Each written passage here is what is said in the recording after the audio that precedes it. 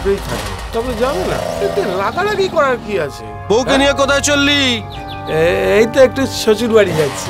এই ভাঙা সাইকেল নিয়ে শ্বশুর বাড়ি? যাবই না তোমার সাথে। আগে মোটর বাইক কেনার মুরদ রাখো, তারপর যাবো তোমার সাথে। আরে কিরে আরু, মুখ শুকনো কেন?